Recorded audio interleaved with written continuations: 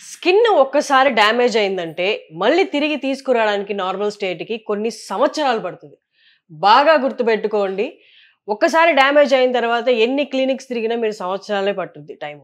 అందుకోసమే జాగ్రత్తగా అక్కడ వాళ్ళు చెప్పారు, వీళ్ళు చెప్పారు లేదా ఓవర్ ద కౌంటర్ క్రీమ్స్ వాడారా స్కిన్ బ్యారియర్ దెబ్బతింటది, డ్యామేజ్‌లు అవుతాయి. దీని గురించి మనం క్లియర్‌గా ఏమేం వాడొచ్చు, ఏం వాడకూడదు అనేది డాక్టర్ వాణి గారితో మాట్లాడదాం. From Cleo skin and hair clinic. నమస్తే అండి. హలో హర్షిని. థ్యాంక్ యూ అండి. థ్యాంక్ యూ ఫర్ ఇన్వైటింగ్ అస్.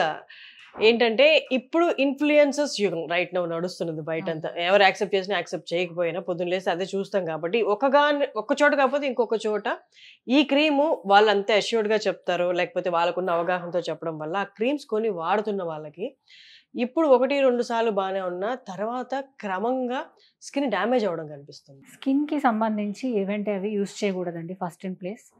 మనము ప్రాపర్‌గా స్కిన్ అన్నది మనిషికి కూడా మారుతుంది. It's like a finger print. హ్మ్. మనకి ఉన్నట్టు పక్క వాళ్ళకి ఉండదు. పక్కనున్న వాళ్ళకి ఉన్నట్టుగా మనకి ఉండదు. హ్మ్. సో మీరు ఓవర్ ద కౌంటర్ బై చేసే ప్రొడక్ట్స్ ఏవైతే ఉన్నాయో అవి ఒక మాస్ మిలియన్ ప్రొడక్ట్. హ్మ్. అంటే మీ గురించి ప్రత్యేకంగా they haven't prepared and they are not selling it. అంతే సో కదా! When you are exactly. Coming to a professional ఏంటంటే అది కస్టమైజ్డ్‌గా ఉంటది. ఆ ఫార్ములా ఏదైతే ఉందో అది మీ స్కిన్‌కి ఏ విధంగా సూట్ అవుతుందో ఎగ్జాక్ట్‌లీ అదే విధంగా మేము ప్రిస్క్రైబ్ చేయడం జరుగుతుంది.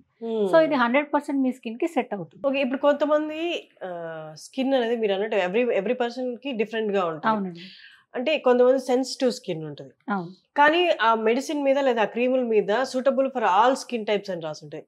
అది నమ్మొచ్చా? నమ్మకూడదా? లేదండి. ఆల్ స్కిన్ టైప్స్ అని రాసున్నా, ఆర్గానిక్ అని రాసున్నా గానీ, కెమికల్ ఫ్రీ అని రాసున్నా గానీ, ఫార్ములా చేంజ్ అవుతుంది కాబట్టి it might not suit for everyone. మనం మేజర్ ప్రాబ్లమ్ రైట్ నౌ అందరూ ఫేస్ చేస్తున్న ప్రాబ్లమ్ పిగ్మెంటేషన్. అవునండి. పిగ్మెంటేషన్ గురించి ఒక్కసారి మాట్లాడదాం. రైట్ నౌ ఎక్కువగా కనిపిస్తున్న పిగ్మెంటేషన్‌కి కారణాలేంటి? పిగ్మెంటేషన్ అన్నది చాలా కారణాల వల్ల వస్తుందండి. ఇంటర్నల్‌గా ఉత్పత్తి అయ్యే కారణాలుంటాయి. ఎక్స్‌టర్నల్‌గా మనకి పిగ్మెంటేషన్ వచ్చే సోర్సెస్ కూడా ఉంటాయి.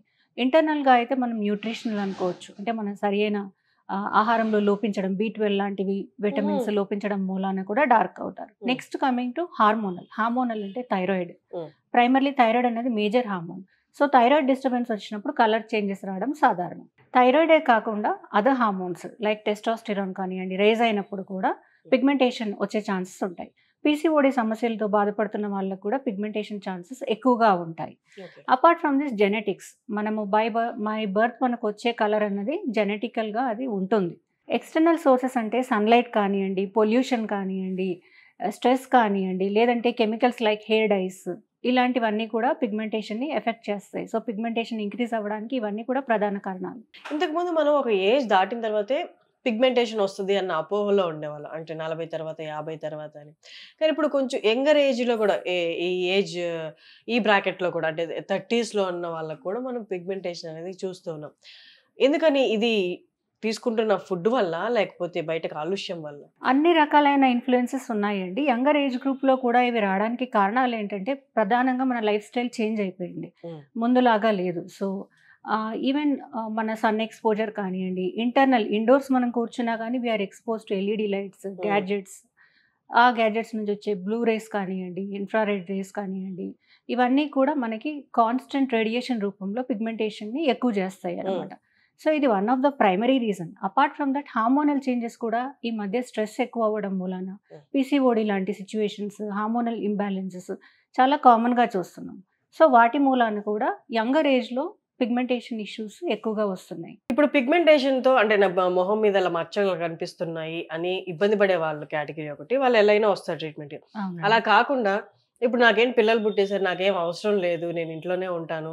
అలాంటి వాళ్ళు ఇగ్నోర్ చేస్తే పిగ్మెంటేషన్‌ని నాకేం ప్రాబ్లమ్ లేదు అనుకుంటే అది మేజర్ ప్రాబ్లమ్ అయ్యే ఛాన్సెస్ ఉన్నాయా? ఇగ్నోర్ చేస్తే అవునండి. పిగ్మెంటేషన్? పిగ్మెంటేషన్ అనేది గ్రాడ్యుయల్‌గా ఇంక్రీజ్ అవుతూ పోతుంది. సో, ఇగ్నోర్ చేయడం అనేది రైట్ కాదు. హ్మ్. Slowly they have to take self care. ఇనీషియల్‌గా సన్‌లైట్ ప్రొటెక్షన్ గానియండి, ఇండోర్స్‌లో ఉన్నా గానీ చిన్నగా సన్ స్క్రీన్ యూజ్ చేయటం గానియండి, ఇలాంటి చిన్న మెథడ్స్ ఈవెన్ న్యూట్రిషన్‌లో గూడా సి విటమిన్ ఎక్కువగా తీసుకోవటము, హ్మ్. బి12 మీద ఫోకస్ చేయటము, ఇలాంటి చిన్నవి కూడా that will help in improving the condition. Worsen అవ్వకుండా ఉంటుంది. వర్సన్ అంటే ఫైనల్ స్టేజ్ ఏంటి? పిగ్మెంటేషన్ అలాగే వదిలేసారు. నేను పట్టించుకోను అనుకుంటే ఏమవుతది? పిగ్మెంటేషన్ అంటే అందులో చాలా రకాలు, వేల రకాలు ఉంటాయండి హ్మ్. పిగ్మెంటేషన్‌లో.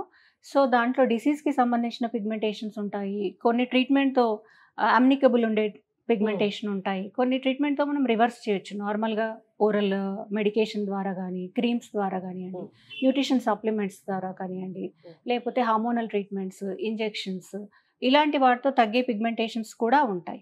కొన్ని ఏంటంటే ఆటో ఇమ్యూన్ డిసీజ్ లాంటివి ఉంటాయి. అవి ఏంటంటే మనం ఎంత ట్రీట్మెంట్ చేసినా కానీ తగ్గిపోవు. సో ఇనీషియల్ స్టేజెస్లో మనం దాన్ని గుర్తించడం అనేది చాలా ఇంపార్టెంట్. సో మీ దగ్గరికి ఒక కన్సల్టేషన్ వచ్చారు, పిగ్మెంటేషన్ ప్రాబ్లం ఉందని, మీరు కొంత మెడిసిన్ రాయించారు, క్రీమ్స్ రాయించారు, వాడారు, తగ్గిపోయింది.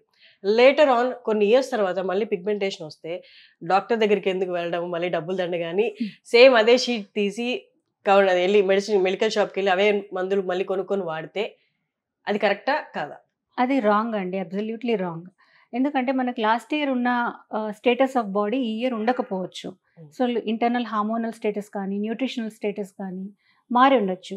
ఆర్ ఎనీ అదర్ కంప్లైంట్ ఇంటర్నల్గా కానీ, ఆటో ఇమ్యూన్ కానీ ఏదైనా స్టార్ట్ అయ్యి ఉండొచ్చు. So the same medication will not work. ఇంకొకటి ఏంటంటే పిగ్మెంటేషన్ అనేది నార్మల్గా జాగ్రఫీ తోటి, సన్లైట్ తోటి, మన న్యూట్రిషనల్ లెవెల్స్ తోటి, ఎక్స్టర్నల్ పొల్యూషన్ తోటి కూడా చేంజ్ అవుతూ ఉంటుంది అనమాట. సో ఇది ఆల్వేస్ కాన్స్టెంట్గా ఉండదు. సో దీన్ని మనకి ఎప్పటికప్పుడు మనం డాక్టర్ ద్వారా ఇవాల్యుయేట్ చేయించుకోవడం అన్నది ఐడియల్. మా అక్క వాడింది, మీ డాక్టర్ ఇచ్చారు, నాకు సిస్టరే కదా, బ్లడ్ రిలేషన్ కదా, నాకు సేమ్ ప్రాబ్లం వచ్చింది, నేను వాడేస్తాను, నాకు తగ్గిపోతుందా? అదే అండి, ఇందాక నేను జస్ట్ చెప్పాను కదా, skin is like a fingerprint. మీ అక్క ఫింగర్ ప్రింట్, మీ ఫింగర్ ప్రింట్ సేమ్గా ఉండవు. దట్స్ హౌ అనమాట. స్కిన్ కూడా ఒకరి టెక్స్చర్ కానివ్వండి, ఒకరి టోన్ కానివ్వండి, ఒకరి కలర్ కానివ్వండి, దాని వెనక ఉన్న జెనెటిక్స్ కానివ్వండి, డిఫరెన్స్ ఉంటుంది, ఎంతో కొంత డెఫినెట్గా బ్లడ్ రిలేషన్ అయినా.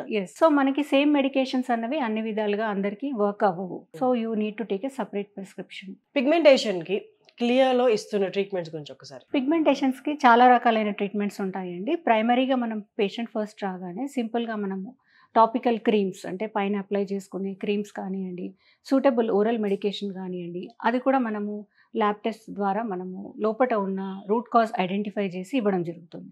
దాని తర్వాత 1 or 2 months మనం వెయిట్ చేశాక ఆఫ్టర్ సీయింగ్ ద రిజల్ట్స్ మనము దాన్ని కెమికల్ పీల్స్ ద్వారా కానివ్వండి, లేకపోతే క్యూ స్విచ్డ్ లేజర్ ద్వారా కానివ్వండి, దానికి సంబంధించిన ఇంజెక్షన్స్ ద్వారా కానివ్వండి, అంటే సివియారిటీని బట్టి, సో దాన్ని బట్టి మన మొడాలిటీ ఆఫ్ ట్రీట్మెంట్ డిపెండ్ అయి ఉంటుంది అన్నమాట.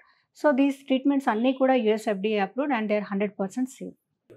ఒక్కసారి టెక్నాలజీ గురించి, ఆ మెషినరీ గురించి ఒక్కసారి చెప్పరా? సో మనం ఇక్కడ వాడే మెషినరీ కానివ్వండి అన్ని US FDA అప్రూవ్డ్ గ్యాడ్జెట్స్ అనమాట. ఇవన్నీ advanced technology, they are 100% safe. ఇవన్నీ కూడా సర్టిఫైడ్ ఉంటాయి అండ్ అండర్ ప్రొఫెషనల్ గైడెన్స్ ఇవి మనకి 0 సైడ్ ఎఫెక్ట్స్ తోటి వర్క్ అవుతాయి. సో విన్నారు కదండి, మీరు కూడా పిగ్మెంట్ రిలేటెడ్ ప్రాబ్లమ్స్ తోటి బాధపడుతుంటే సొంత మెడికేషన్ అసలు యూజ్ చేయొద్దు, లేదా పక్కింటి వాళ్ళు, ఎదురింటి వాళ్ళు, లేదా మన ఇంట్లో ఉన్న వాళ్ళే యూజ్ చేశారని యూజ్ చేయొద్దు. ఎందుకంటే ఎవ్రీ స్కిన్ ఈజ్ డిఫరెంట్. కింద డిస్ప్లే అవుతున్న నెంబర్కి ఒకసారి కాల్ చేసి క్లియర్లో మీ అపాయింట్మెంట్ బుక్ చేసుకొని మేడం గారిని కలిసి ప్రాపర్ ట్రీట్మెంట్ అనేది పొందండి. Thank you.